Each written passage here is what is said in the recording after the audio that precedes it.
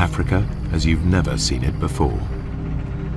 For the first time, a unique camera and trained observers reveal a new world. Their images may change your view forever. This is the picture you're used to seeing, a herd of wildebeest on the move across the vast, untamed wilderness of the Serengeti. And this, the animal portrayed as the noble king of the beasts, along with his fellow hunting experts, supposedly lording it over their domain.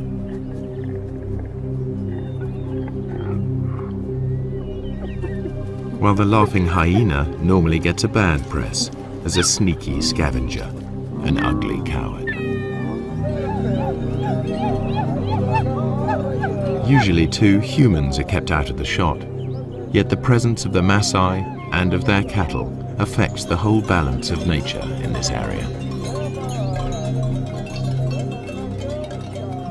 Now, the most sensitive low-light camera in the world shows you truer images.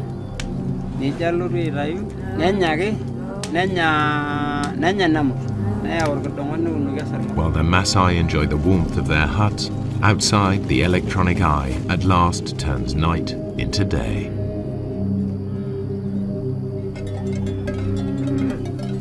In the pitch black, unexpected scenes challenge conventional expectations.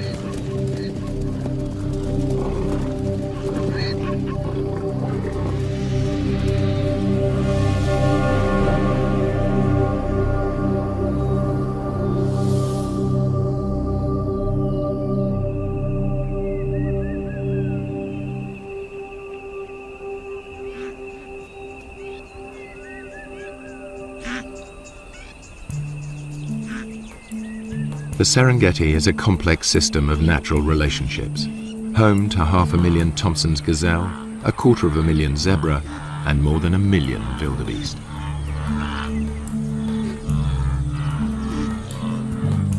The wildebeest are the stars of the spectacular migrations as they follow the rains to lush grasslands. This is the greatest concentration of game in all Africa.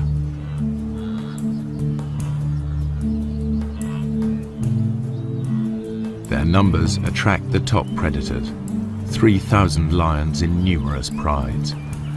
But by day, contrary to what most films show, the big cats are not a serious threat to the herds. Good eyesight and safety in numbers protect the wildebeest.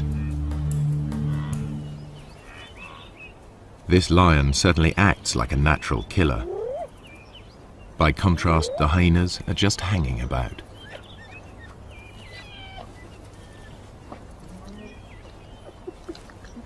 In fact, he didn't make the kill. He stole it from more skillful hunters. The blood on their faces proves just who did make the kill. All too often, hyenas are portrayed as light-fingered latecomers.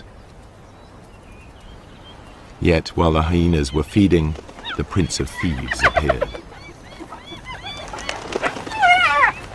This is the bit most wildlife films leave out. Lions pinch the hyena's prey. Far from scavenging for a living, 9 times out of 10, hyenas make the kill.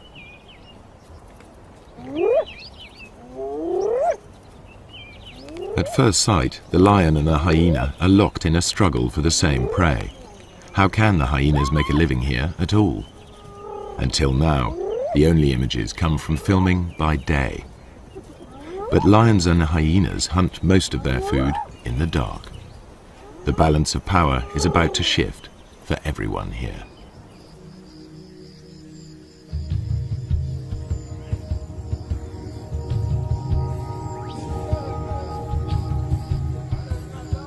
Serengeti straddles the border between Kenya and Tanzania. But the Serengeti plains stretch far beyond the park boundaries, and to the east live the Maasai with their cattle. At dusk, they retire with their herds to the safety of their villages, or bomas.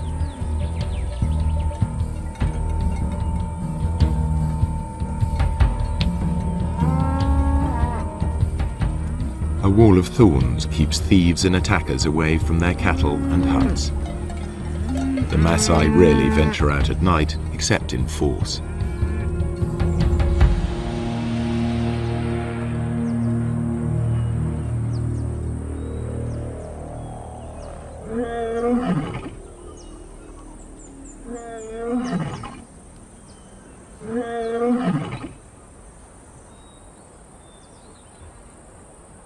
Empty by day, the grazing land suddenly looks rather full, and these cats are not here for a nap. This is the only camera capable of recording what now happens. Technology also allows researchers to make a call to the animals themselves.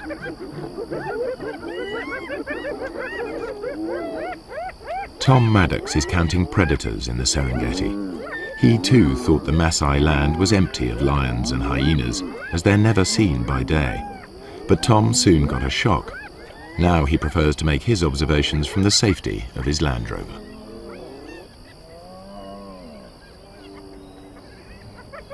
We use this technique that we call call-ins, and we basically have a tape of hyenas on a wildebeest kill.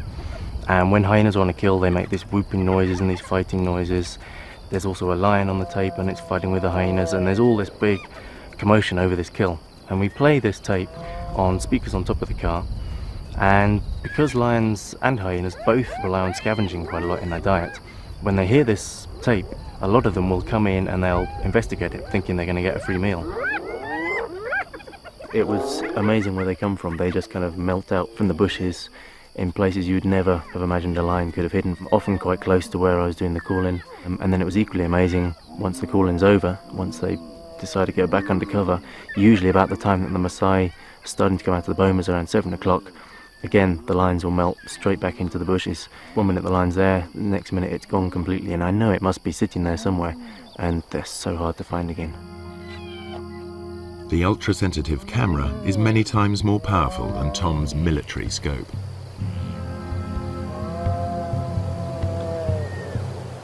Inside the Serengeti you can drive around and you can see hyenas and lions. They're very obvious throughout the day. Outside the national park, that doesn't happen. You can drive around for days and days and not see any. The fact that there are any lions at all on the Maasai's land is surprising. So far, I'm finding an extremely high number of lions outside the park. In fact, it's comparable to certain areas within the park. So lions are actually doing extremely well in an area where people are living and working and grazing their cattle, which to me was extremely surprising. Hyenas are also extremely common.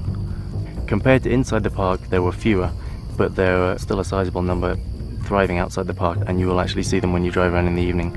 The hyenas are usually pretty visible.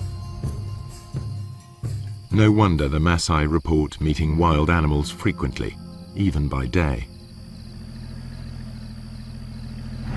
Another worker on the night shift is Paula White. She's interested in studying hyenas in this different world, to learn how they and the lions carve up each other's catches. And like her quarry, she follows her ears. I'm going out to see if I can find some hyena kills. Take a look at how many clan members are on the kills and whether or not there's any clashes going on. I'll also be looking for lion-hyena interactions because I'm really interested in how the two species interact down here with all the game present, whether or not they're still more likely to steal each other's kills or whether they're more likely to go after a new animal of their own. So what I'd be doing is driving the roads looking for action, and then I'd stop once in a while and listen for sounds of kills, listen for any animals whooping. Sounds travel much further in the cool night air. On a still night, hyenas can hear whooping over 10 kilometers away.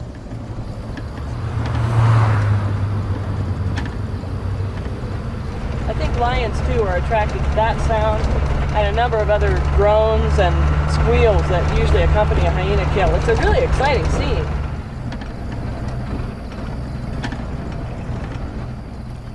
There's a hyena running in front of me on the road right now. And the way he's running, I imagine he's going for a kill, so I'm going to stop and listen right now. What Paula and Tom are seeing leads them to rethink the conventional ideas about hyenas and lions at night and day.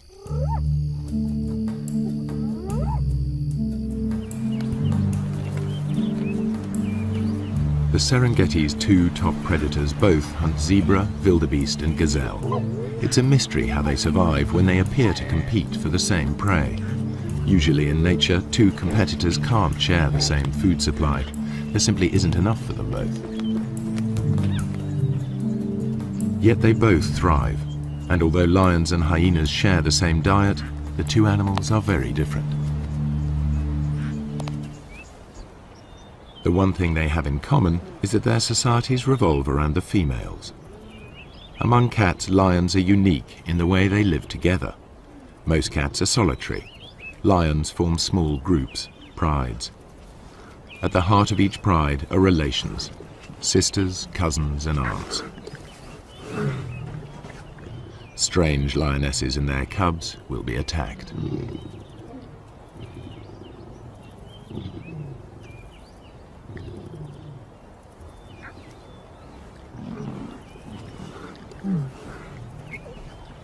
They cooperate to raise cubs.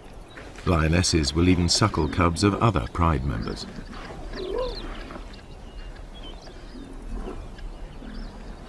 In a lion pride, any female leader will have earned her place, unlike hyenas where leadership is largely inherited.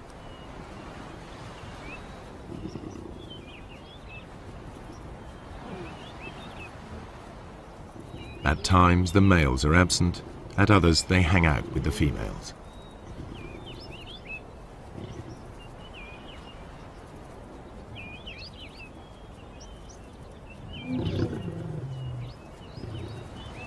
At times they're peaceable, even tender.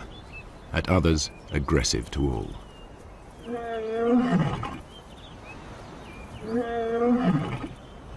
In spite of their smaller size, lionesses not only retaliate, they may even pick fights with the males.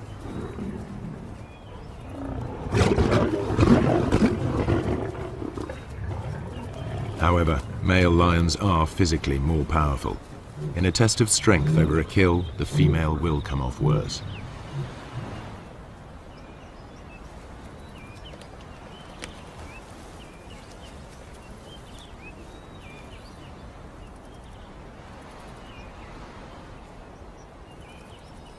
Spotted hyenas live in large clans, averaging 50 or more members. But the whole clan is not always together. Individuals and small hunting groups spread out over the plains in a living net.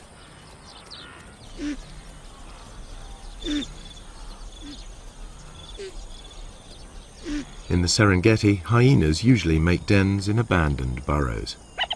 Here the cubs are easily hidden from lions and other predators. Litters are small, only one or two.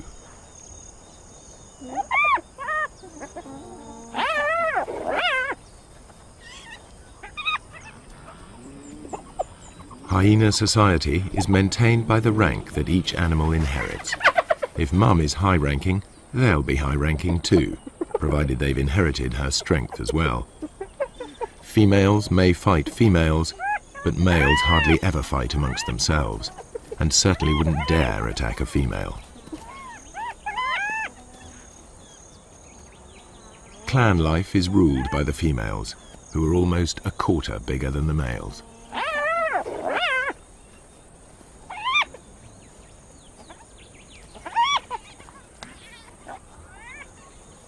The cubs fight in their first days of life, but once they know their place, they're far more likely to play together than to scrap.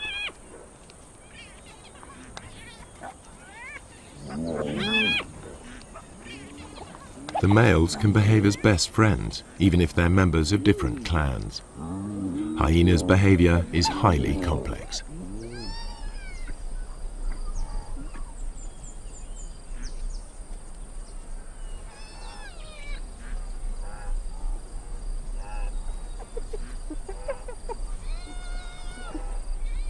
From weaning to fighting, much of what hyenas do still remains to be studied by scientists.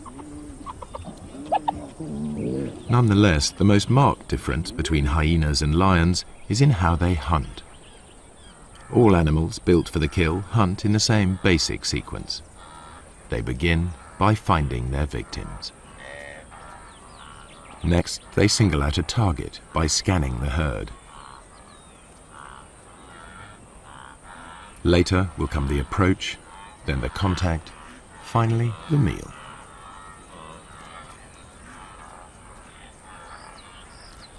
How they hunt differs sharply between hyena and lion. The hyenas get as close as 20 meters in full view of their prey before the herd wheels and flees. The hyenas will try to scatter the wildebeest before singling one out. The Maasai call the hyenas doctors because they can recognize the sick and the weak.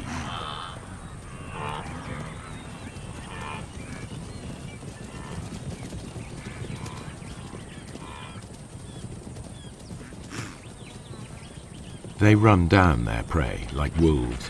Hyenas are endurance hunters. Chases can last up to 5 kilometers at full speed. Lions can't sustain this. They are sprinters. After the rainy season, much of the Serengeti National Park is a sea of long grass. The lions use it to mask their presence. They approach unseen by careful stalking or occasionally by lying in ambush.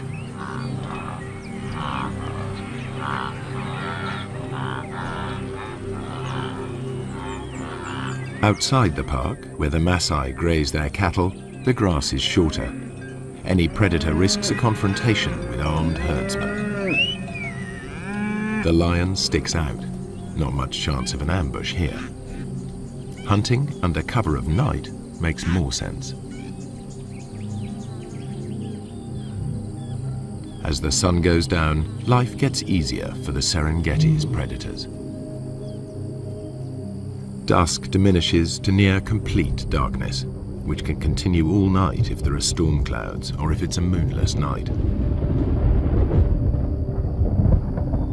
The only camera on the planet powerful enough to see in total blackness even picks up stars invisible to human eyes.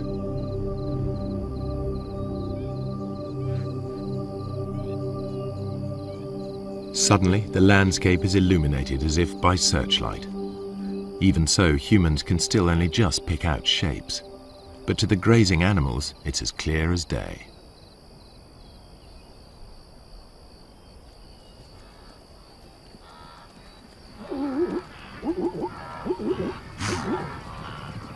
The camera reveals crouching lions invisible to the naked human eye.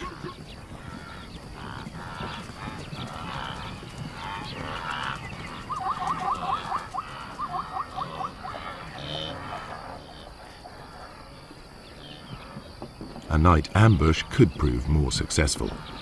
These two lionesses have detected a herd of wildebeest crossing a track.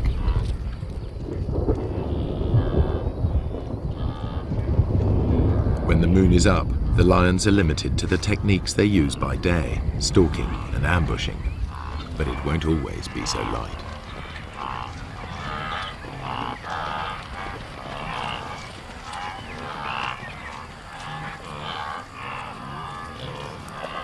The pair near the crossing point and squat down, well screened by vegetation. One crawls into position to jump a victim.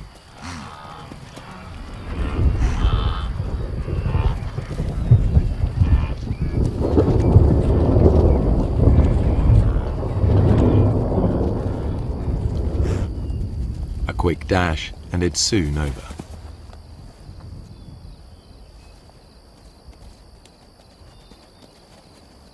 Although these lionesses have been successful, the moonlit night is really the best time for hyenas to hunt. The cool of the night air allows them to keep on running, something the easily tired lions cannot do.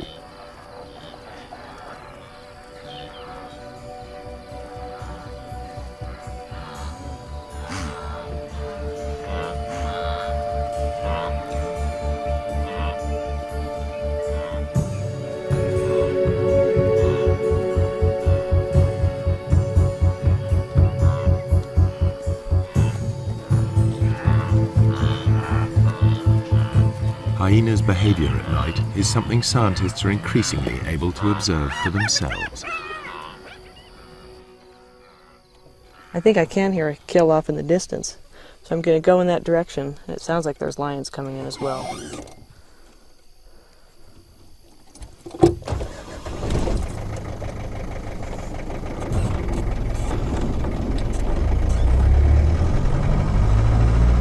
Paula White's night vision goggles work because they and the camera see in the special infrared headlights of her Land Rover. I think the ability to use this sort of invisible light to observe animals, nocturnal animals, in their natural environment is really quite a breakthrough for research. Certainly I didn't begin to see the full range of hyena behaviors until I started coming out at night and using this sort of special equipment.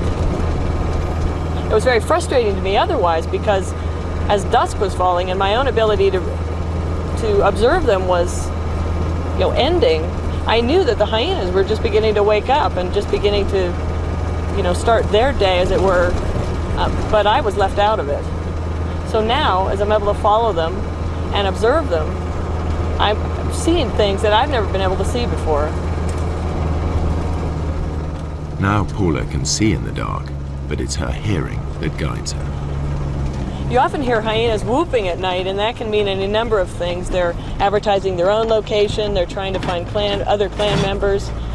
But the one sound that you really associate with a kill is a giggle, and actually that's where the term laughing hyena came from. But that's the sound that I really associate with kills. And it's a thing that other hyenas and lions hone in on as well. So really, driving around like this at night, using this enhanced vision and listening for kills, I'm behaving very much like a hyena, and there's one right now. I can see it going through the grassland.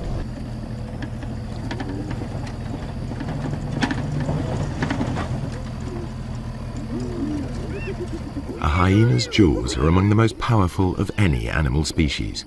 The sharp front teeth shear through skin and meat. Their jaw muscles are as big as a man's arm. At the back of the hyena's mouth, huge crushing teeth are strong enough to crunch up solid bone. Yet it's a remarkably peaceful scene. Male hyenas are nature's gentlemen when it comes to sharing a kill with their clan.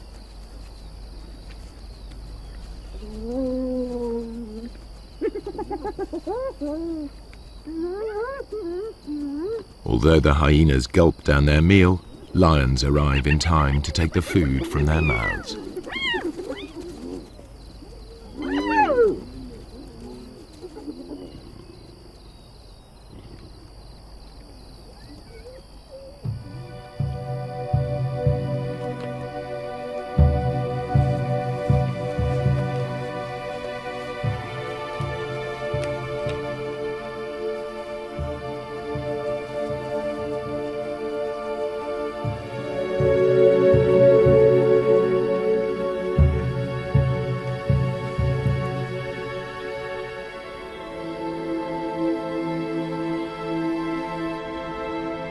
The camera unveils a night world full of animal life. Just how close these animals come to humans astonishes the researchers.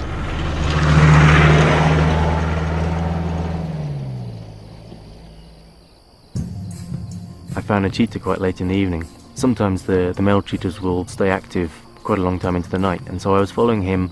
It went past dark. It was about 7:30, 8 o'clock in the evening, and he was walking straight up the road, straight towards a Maasai village. And I thought this was going to be fantastic. I was going to see how close cheetahs would get to Maasai villages, and suddenly he went leaping off the road. Onto the road stepped 4 lions. I then carried on following them instead, and they went almost within sight of the village. The village was just over the next hill. Lions will even break into Maasai villages in an attempt to reach the cattle inside. The Maasai mount a defense, but it's dangerous. The balance of power has switched. The nocturnal hunters are in their element.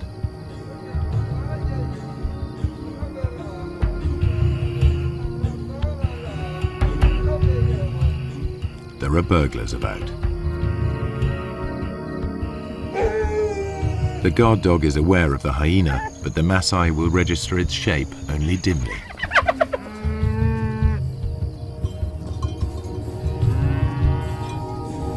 The men must rely on tracks to point them in the right direction.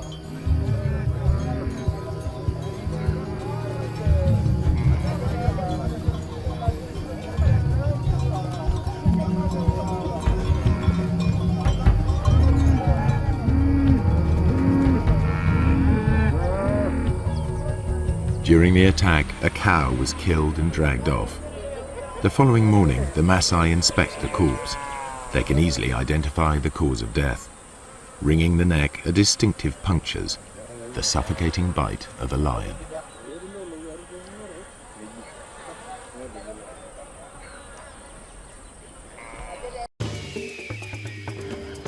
This show was created for you and your family to watch together.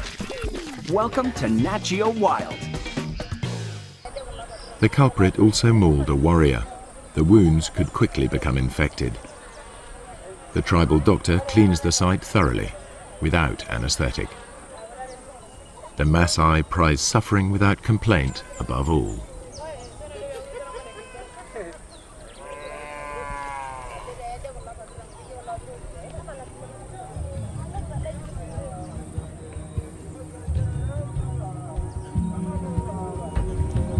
The lion's assault will trigger a deadly surge.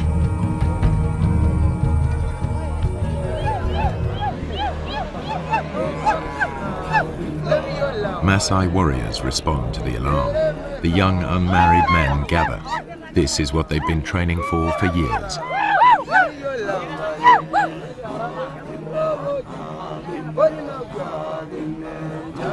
It's the supreme test of their stamina and self-control, and a test of their ability to bear pain without flinching.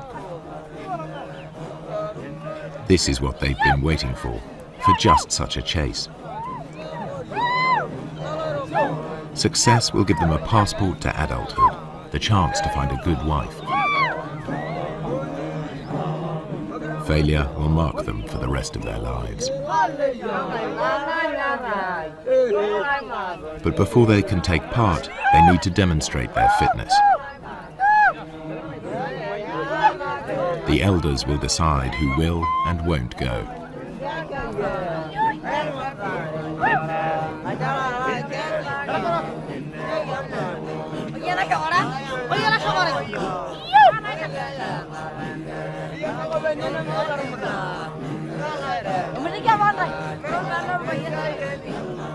The warrior group arrives at the settlement where the cow was taken. Each warrior wields a long-bladed spear. They are also armed with short double-edged swords and lethal clubs. They're all experts in the use of these weapons, against animals as well as people. In many areas, the warriors are now outlaws, but in this part of the Serengeti, their ceremonies are tolerated. Lion hunting by the Maasai is illegal, but these warriors are so far from the towns, they are generally allowed to continue. A day of ritual begins with chanting and dancing to hypnotic rhythms. Warriors demonstrate their strength and agility by leaping.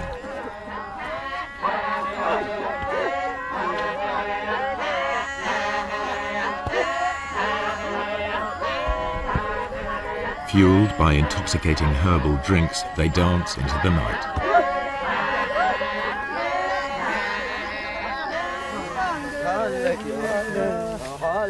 More warriors arrive from further afield, eager to be selected. Everyone is in a frenzy of anticipation.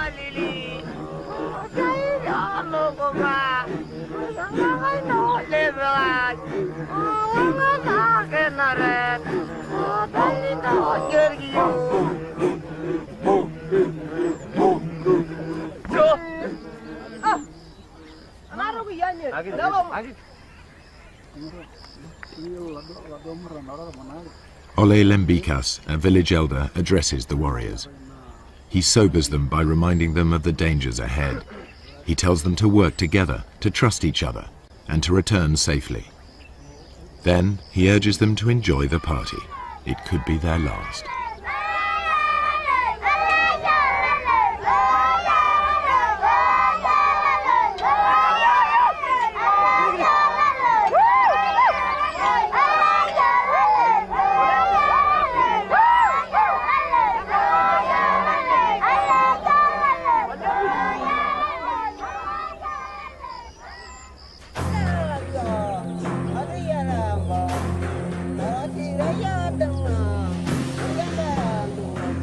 In the morning, two hunts unfold far apart. A lone lioness spies out a waterhole. Animal or human, hunters face mortal danger in the coming hours.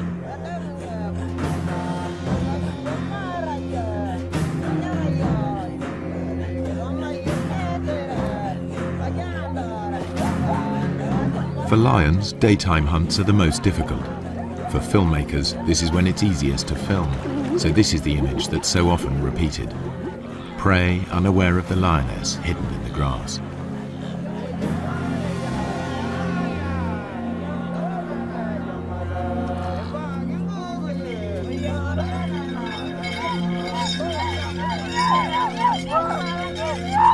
The hunters head for the place where a lioness was seen recently, the one they believe killed the cow.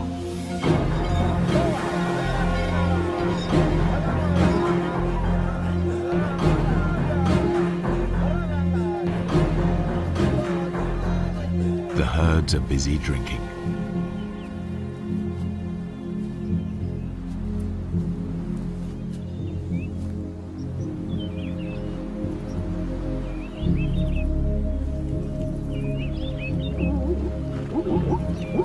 Zebras have keen sight. Their bulging eyes give a wide-angle view of danger.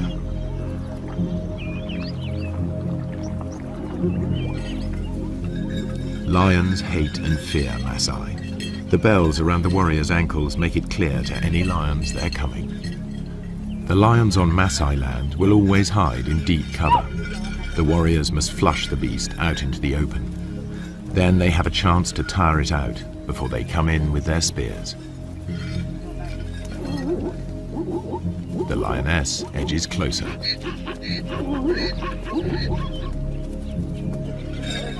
The warriors' search may last all day, covering up to 40 kilometers.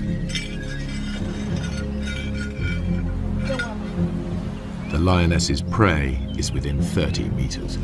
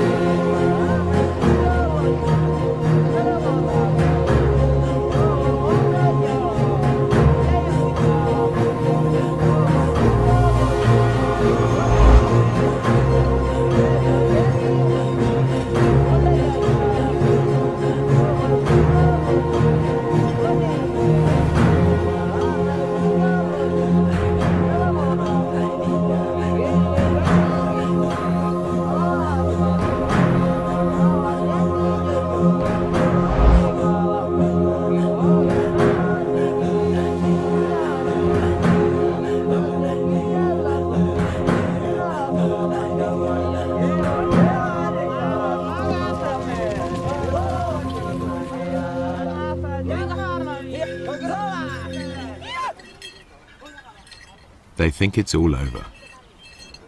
The warriors head back empty-handed. The lioness returns to collect the cub she left earlier.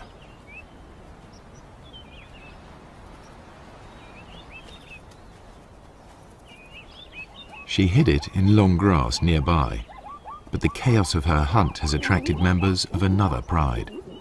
This is their patch, and they'll defend it. The mother calls to the youngster. Two other lionesses reach the cub first. They won't tolerate another female's offspring. They'll eliminate it.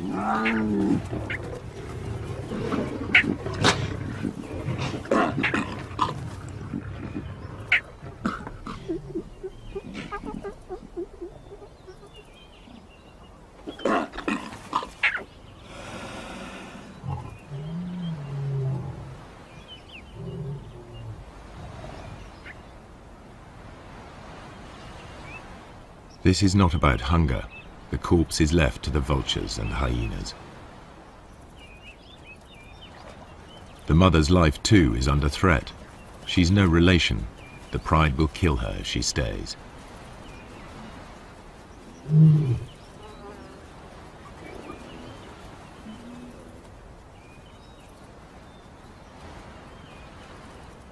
Outnumbered, without a territory of her own, she heads yet further away from the park. When lions roam, they are at risk, and so are their pursuers. What you're about to see has never been shown before. A tourist's camera videos the end of a hunt. A lion is cornered. There seems no way out.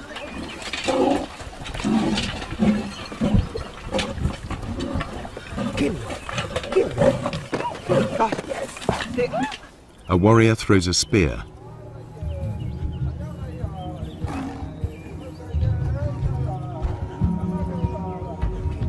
The tables are truly turned. Teeth and claws strike home. The wounded warrior continues, believing the lioness chose him as the weakest. To overcome his shame, he needs to finish her off. But even warrior pride cannot prevent the injured man collapsing into shock.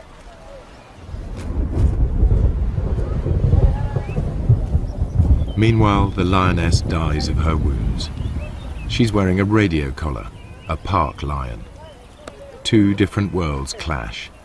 The Maasai collect a trophy, the scientists collect data. Each sees the lion in a different light. It's not a romantic, we like to live with wildlife kind of situation, but they never do something to the extent that if a lion is being a problem, they don't go out and try and kill every single lion that they can find in the entire area. I have great respect for them for tolerating them to such a great degree. In truth, the warriors have made a lethal mistake. The wrong lion has paid the price, and the outcome is nearly fatal for one Maasai.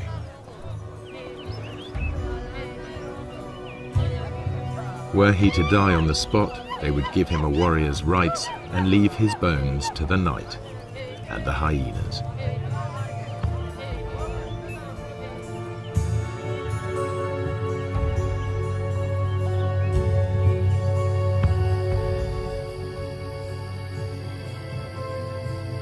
Night is the time of the four-footed hunters.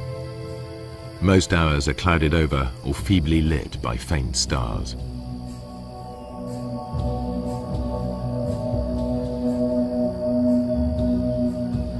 On moonless nights, the Maasai only leave the safety of their bomas in groups. But there is no safety in numbers now for the grazers of the plains.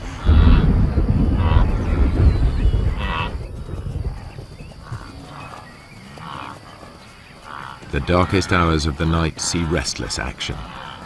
Animal hunters are about in numbers never seen during the day. Spooked, the herds of wildebeest, zebra and gazelle burst into panicky runs. They fear lions and hyenas are nearby, but only the camera can see them.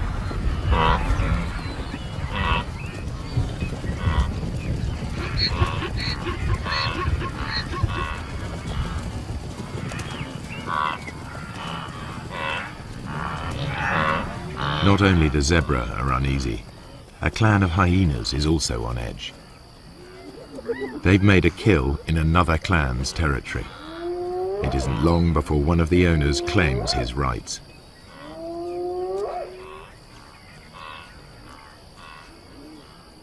He calls for support from the other residents.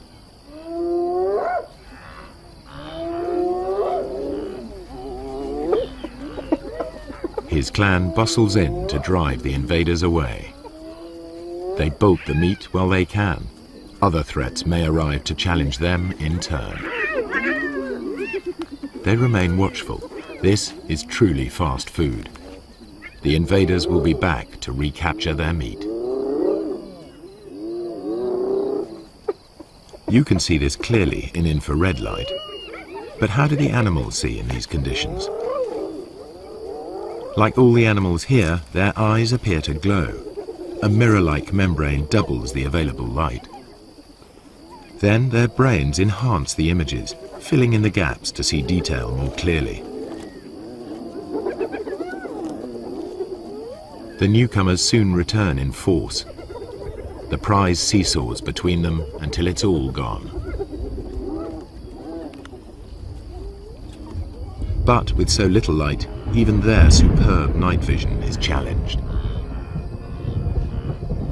This is as close as you can get to seeing through their eyes. It gives an idea of how they can operate in this dark world.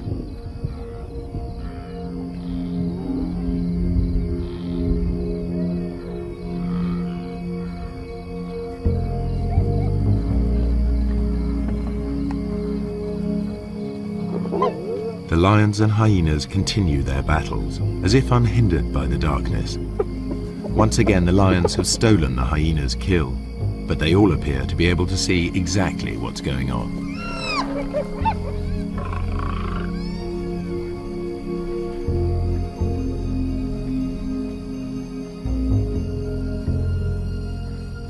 And when the lions go hunting, they do so just as they are. They wander off in the general direction of the sound of herds of animals. To the lions, the herds are almost invisible at any distance, just dull grey smears.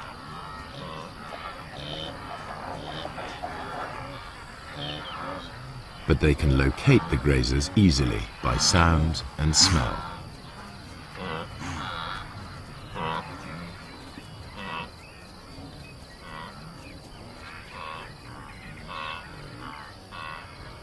Night is the only time that lions can approach undetected here on the short grass plains. You are about to see for the first time how and when the lions of the Serengeti catch most of their food.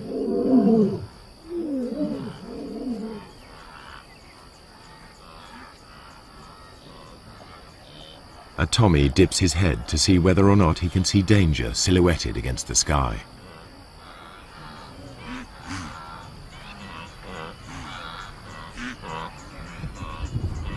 The circling lion is almost invisible.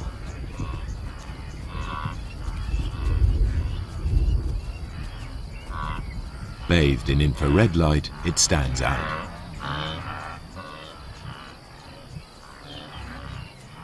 Another Tommy can hear something and is off.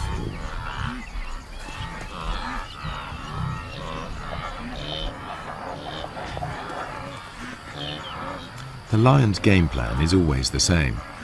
Get close to the herds, then spread out. They don't need to make any effort to hide themselves. Only their footfalls give them away.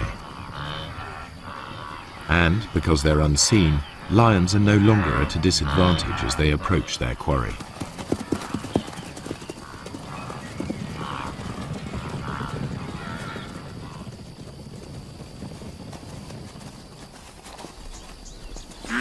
Two young males take a small zebra with ease.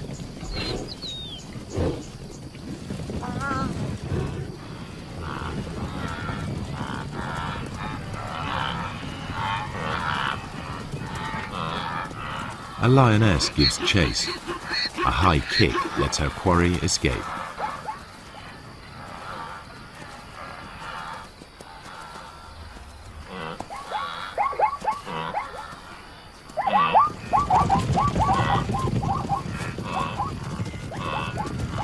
Soon, two lions bring down a fine stallion. Saber-sharp teeth and meat-hook claws bury themselves into 300 kilos of struggle.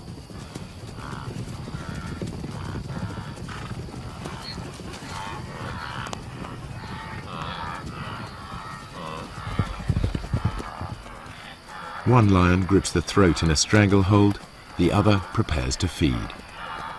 Their ability to keep a grip on their prey in pitch darkness makes the kill possible. Everything the camera has disclosed comes together. The apparent competitors for the same food survive because there are times when one is more successful than the other. The animals hunt in different ways, by day and by night, and in differing light. These unique images show that the relationship between lions and hyenas is more complex than traditional pictures allow. The lions steal kills, and the so-called cowardly hyenas are often merely out to reclaim their prey.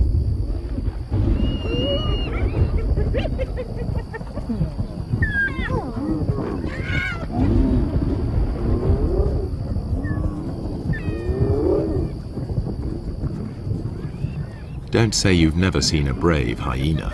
A thieving male lion is forced to take them on. The hyenas persist even though a single blow could be fatal. This frequent nighttime behavior has never been recorded before.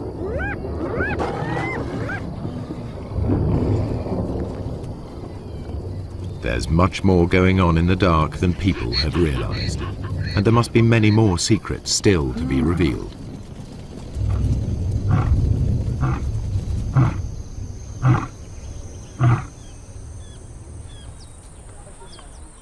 At dawn, the Maasai dismantled the thorns barricading the entries to their bomas. No lions or hyenas are to be seen outside. The killing fields of the night are transformed into places where cattle may safely graze.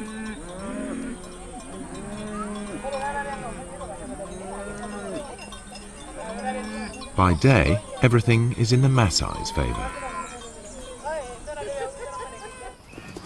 The cool of night and the light of the moon are ideal conditions for the hyena, a long-distance runner. But the darkest nights belong to lions, which can rely on built-in weapons and brute force. The truer picture that has emerged applies by day as well. Hyenas can kill when lions are too conspicuous, and it's the lions that are the scavengers.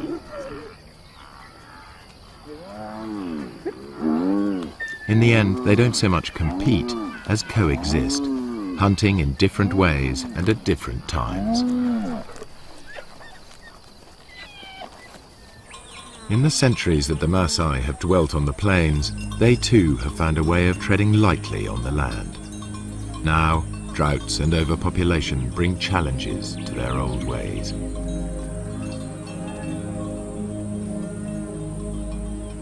Within a decade, this cattle pasture will be covered with crops. Predators and herds will be gone, only preserved in the zoo-like national park.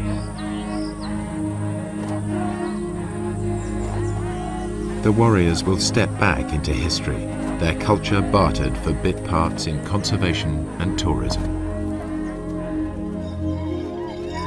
If the Maasai have a vital lesson to teach, it is that lions give meaning and purpose to their lives, worthy adversaries for warriors.